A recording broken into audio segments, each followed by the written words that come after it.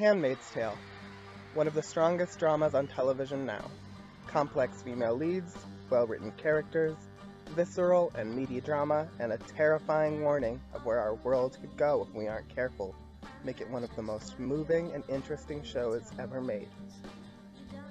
And while much has been said about the brilliance of Elizabeth Moss's sympathetic heroine June, or Anne Dowd's deranged monster Lydia, I want to focus on the character I find to be the most complex and fascinating of them all, Serena Joy, otherwise referred to as Mrs. Waterford. This character study was written before the conclusion of Season 2. However, it will give away major details of Season 1, and therefore the book, and Season 2 as well, so a major spoiler alert is in full effect. Serena Joy has always been a fascinating character. In Season 1, or in the book, her role is smaller than in Season 2. We see her primarily through the eyes of June, or Offred. For clarity, Season 1 June will be referred to as Offred, and Season 2 June will be referred to as her real name June. Offred sees Mrs. Waterford as the Ice Queen bride to her mysterious commander Fred. She is cold, uncaring, and often cruel to Offred, with bursts of violence and explosions of rage. Even when Serena does attempt to be kind in Season 1, such as with the music box, it feels condescending. The way the mistresses talk about her at one point is more the way one might discuss a pet, as if she's less than human. Handmaids are almost like slaves, seen as property, not people. Throughout the first season, Serena remains in the background, not quite fully drawn into major storylines, because it is Fred, and not Serena, that Offred initially believes might be the key to escaping. The Scrabble dates and later full-scale dates to Jezebel's are initially unnerving. If she beats him, will he hurt her? If she talks back, will he have her killed? But as Offred grows more comfortable in the rhythm of their games, she starts to understand her commander more. He likes when she flirts with him. He likes their secret little games. To him, she is not much more than a Barbie. When he wants her to dress up, he can make her.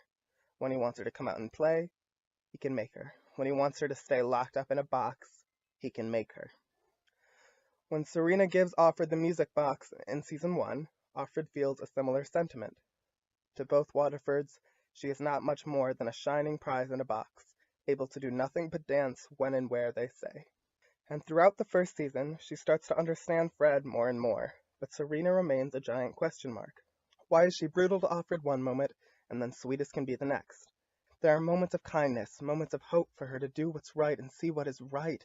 We can see through her actions that she dislikes having a handmaid here, that she dislikes the ceremony, and we wonder why. Does she see that this is wrong? Does she want Offred to be free? Why? Is the question burned into our brains. But I think the ultimate moment in Season 1, where we truly see the core of her character, is the trip to visit Hannah. For a moment, a shining moment, as Offred sees her daughter come out of that building and hold Serena's hand, we think Serena is finally there, finally doing the right thing after all these episodes building up to it, and we think for a moment that maybe she really is good deep down. But that moment is only a moment, because after just a minute, an act of pure selfless kindness reveals itself as an act of selfishness, wickedness, and power. Serena didn't bring her here to show her that her daughter was okay. She brought her here to show her that she holds the power to make her daughter not okay. To me, ultimately, this moment shows her truest colors in Season 1 and is a huge part of what makes Serena so captivating. There is a piece of us inside our hearts and in Offred's heart too, seeing as she is our proxy. There is a piece of us that wants Serena to be good, a piece of us that truly wants her to realize this is wrong and do the right thing. She comes close at so many times. There are moments when it seems she really truly understands how wrong all of this is. But she never does. She never lets herself change. She refuses to see any way but this way. She doesn't allow herself to even consider that anything about Gilead might be wrong. And moments where she can make the leap to empathy fall short. Because every time she seems to think something is wrong, it's not because she has a moral problem with it. It's because of her own selfish fears that what's going on with the handmaids might negatively impact her marriage. What makes Serena so compelling in the first season or in the book is how utterly frustrating she is.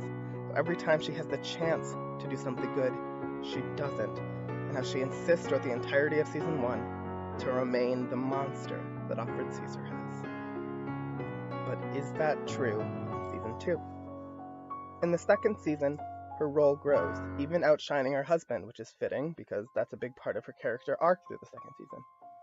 It appears in the first few episodes that she may not be a recurring role at all. If June has truly broken free, the Waterfords' roles might be almost non-existent. However, June is apprehended and returned to the home of Serena and the Commander. This season, with June being pregnant, the ceremony, as well as the Scrabble games that come with it, are left in the past. She sees the Commander less and less, and Serena more and more. Initially, upon June's return, Serena is at a point of venom like no other moment before, and she physically abuses Alfred with more vice in her eyes than we have ever seen. And then the other shoe drops, and she starts being kind in her weird, strange way once again, which we do know is because of the baby that Alfred is carrying for her. She attempts a sort of friendly gossip, petty mockery of the other wives and handmaids that brings to mind SNL's Handmaids in the City. June isn't having it, not willing to be friends with a woman who has abused her over and over and over again. But Serena persists, insisting on being close with the child. At one point, while June lies in bed, Serena creeps in and touches the stomach of her handmaid, whispering to it and feeling for the baby. While this moment is unsettling, to say the least, the sentiment behind it is pure. Serena does really truly want a baby and want to love that child if she can have it. This is shown even more when we delve into the history of Serena and Fred, seeing more into their past and what their relationship was. We see her history as a conservative public speaker, wanting to spread the ideas that would eventually become essential to Gilead to college campuses nationwide. We see the two of them as equals, as two people very much in love, and while we disagree deeply with their ideas of how they want the world to change, we feel the aching in Serena's heart now for the days when she and Fred were truly happy together. We see them standing united, even as all the students stand united against them, and while we definitely are inclined to agree with the students, we still get a huge sense of how stubborn Serena is, how she really truly doesn't give up. We see her determination, we see her love for her husband, we see her get shot. It's one of 3 pivotal turning points for Serena, all of which we see in the second season, and all of which have an equal action with Fred. This act of gun violence ultimately robs her of the ability to have her own children. And while she was passionate about how low the number of healthy children was to begin with, this could very well be what lights the fire under her to go from speaker to law writer and sets her down the path of helping to form Gilead. For Fred, it's an equally important moment because it solidifies how heavily he and Gilead believes in the idea of eye for an eye punishment, even though Jesus Christ himself was against it. Instead of shooting the man who shot Serena, he shoots his partner, a woman who was innocent in the crime. An act of violence against an innocent woman, in his mind, makes things right. The shooting changes both of them, and for Serena, it will be a huge piece of what causes her other turning points too. Because of her inability to have a child, now that June is pregnant with her and Fred's baby and able to give them the greatest gift of all, we see her finally starting to soften towards June. The shooting stays with Serena, though. After Offline gives her life in a final act of defiance, bombing the meeting of the commanders, security becomes increased all around Gilead. No one feels safe, especially the women. And when Serena sees a random Martha get shot for nothing other than reaching for her path, something that will ring very true to viewers as a parallel to police brutality in the real world today, something inside her clicks. She knows what it's like to be shot at. She understands the terror of that threat. She empathizes with the fear that your life might be ending. And finally, Serena truly does something good. We've seen her growing kinder to June, letting her sleep downstairs so that she herself can wait upon her if she needs anything. We haven't seen her do anything truly selfless up until this point. Yes, part of it might be that she's afraid June will get shot and lose the baby, but at the same time, this security exists to protect the commanders from another attack. Her decision to write the order to return to normal puts her husband's life at risk, even if he does agree to let her write it. This is the second turning point for Serena and Fred. To Fred, it is initially no big deal. It's her idea, yes, but he agrees with it. So in his eyes, Serena is basically working as an extension of him. He's unable to write the orders himself due to health, so Serena is working almost like an employee, doing work at the boss's command. Or that's what he thinks. But if that were true, this wouldn't be a turning point for Serena as well. Serena, it's like opening Pandora's box. She's been robbed of agency and power for so long. It's like if an alcoholic went years without a drink and then finally was given just a sip. It reminds her how much she enjoyed having power and gives her a taste of what it would be like to have it again. So, she and June unite, and they start making changes together, finally able to be truly united. A baby falls sick. Angela, as the Putnams, whose surname is a very likely direct reference to Arthur Miller's The Crucible, named her, or Charlotte, as Janine, her handmaid birth mother, did, is dying, and none of the male doctors are able to help her. But June and Serena think that there's a female doctor, currently a Martha, who just might be able to save her. The problem is, Fred is back, and only a commander can sign the order to allow a woman to practice medicine again. And when Serena asks him if he will, he says no. Both of the first two turning points directly lead to the third. Serena's desire to have a baby and personal experience with knowing how it feels to not be able to have one allows her to empathize with the Putnams. Those two experiences, plus the feeling she had when June escaped, allow her to understand how it feels to fear losing a child. The shooting is also what led to her starting to sign orders as the commander, as the second turning point, which will become even more pivotal. Fred says no, they can't allow Martha to practice medicine, even if it truly is the only hope. And something inside Serena hardens. If Gilead's main priority truly is healthy children first and foremost, why would he say no to something that could save the life of a child? Something inside her hardens, and she makes the decision that will lead to the final turning point. She decides to forge the order. Before, while her and June were still breaking the law, Serena technically had her husband's permission. While they did go a little farther than he agreed, he didn't know this, and he thought that Serena was working alone as a proxy for him. Now, Serena is going directly against his word, and she is actively doing what she knows is the right thing. Gilead's laws are built around believing that women are meant to be subservient to men, and that if they follow the word of God, he will bless them with a baby. Yet here they are, in a situation where giving a woman power to save a child's life, and the laws forbid it. The laws could ultimately be what causes the death of this child. Finally, after waiting 2 seasons to finally have her see that this world is gone, finally, Serena does the right thing. In season 2, we come to understand Serena more, but up until this point, she's just as frustrating as in season 1. She feels she's getting close to friendship with June, and both of them are happy about that. Although in June's case, the happiness comes more from feeling safer now that she's on Serena's good side, as opposed to coming from actual goodwill. But things are going well for them. And then June asks if she can do it again. And Serena, being stubborn as she is, ends the friendship then and there. They reconnected when Serena needed June's help with the documents, because June had worked as an editor before America became Gilead. After the commander returns, Serena leaves a white rose and a music box in June's room. A thank you for her help with the documents. The white rose could be symbolic of many things.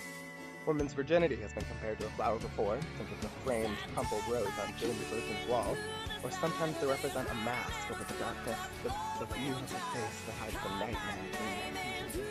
Like the red roses in American Beauty, or the yellow tulips in Blue Velvet. The music box, however, is more clear.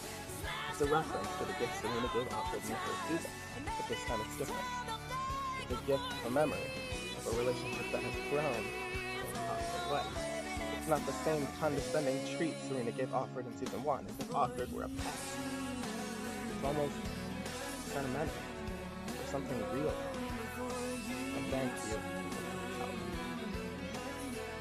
The third, final turning point comes after Serena forges the order for the Martha to help the child. After she agrees to let Janine see the baby, which ultimately is what saves the baby's life. After her acts of genuine compassion. And after the commander discovers what Serena and June did. It comes when the commander punishes Serena for disobeying him. He whips her with his belt in one of the most upsetting scenes in the show to date. Ice Queen Serena is gone, and she's truly a victim here as much as June or Moira. He cites a passage from the Bible as the reason why, but we know this isn't some act of repentance, an act of punishment, because that's what God says to do. If that were true, he wouldn't have cheated on his wife in the first season. Adultery is one of the biggest sins in the Bible, and he didn't repent at all. The founders of Gilead use religion as an excuse for bigotry, and Fred uses punishments of eye for an eye. And in Serena's eyes, we see that she knows that this is not an act of God. We see in how Fred only hurts Serena and not June that this is not an act of God. This is the act of a scorned man, a man who has grown to love the power he has over all the women in his life, a man who is angry not because of what God says, but because Serena, his wife, had the audacity to take a tiny ounce of his power back. June quotes Margaret Atwood here, the legendary author of the Handmaid's Tale novel. Men are afraid women will laugh at them. Women are afraid men will kill them. He beats her, whips her, and later, when Serena is alone in her room, looking at her new scars, we see the way this point has changed her. It's in the way she stands, in the way she breathes. Everything is different now. She was unattainable, invincible, and now she's human too, and broken too. Her marriage is finally destroyed beyond repair, and so are her selfish desires. She finally sees her husband and this world as they truly are. The question in the title of this video still stands. Can a woman who was once a monster become truly human? Honestly, I'm not sure.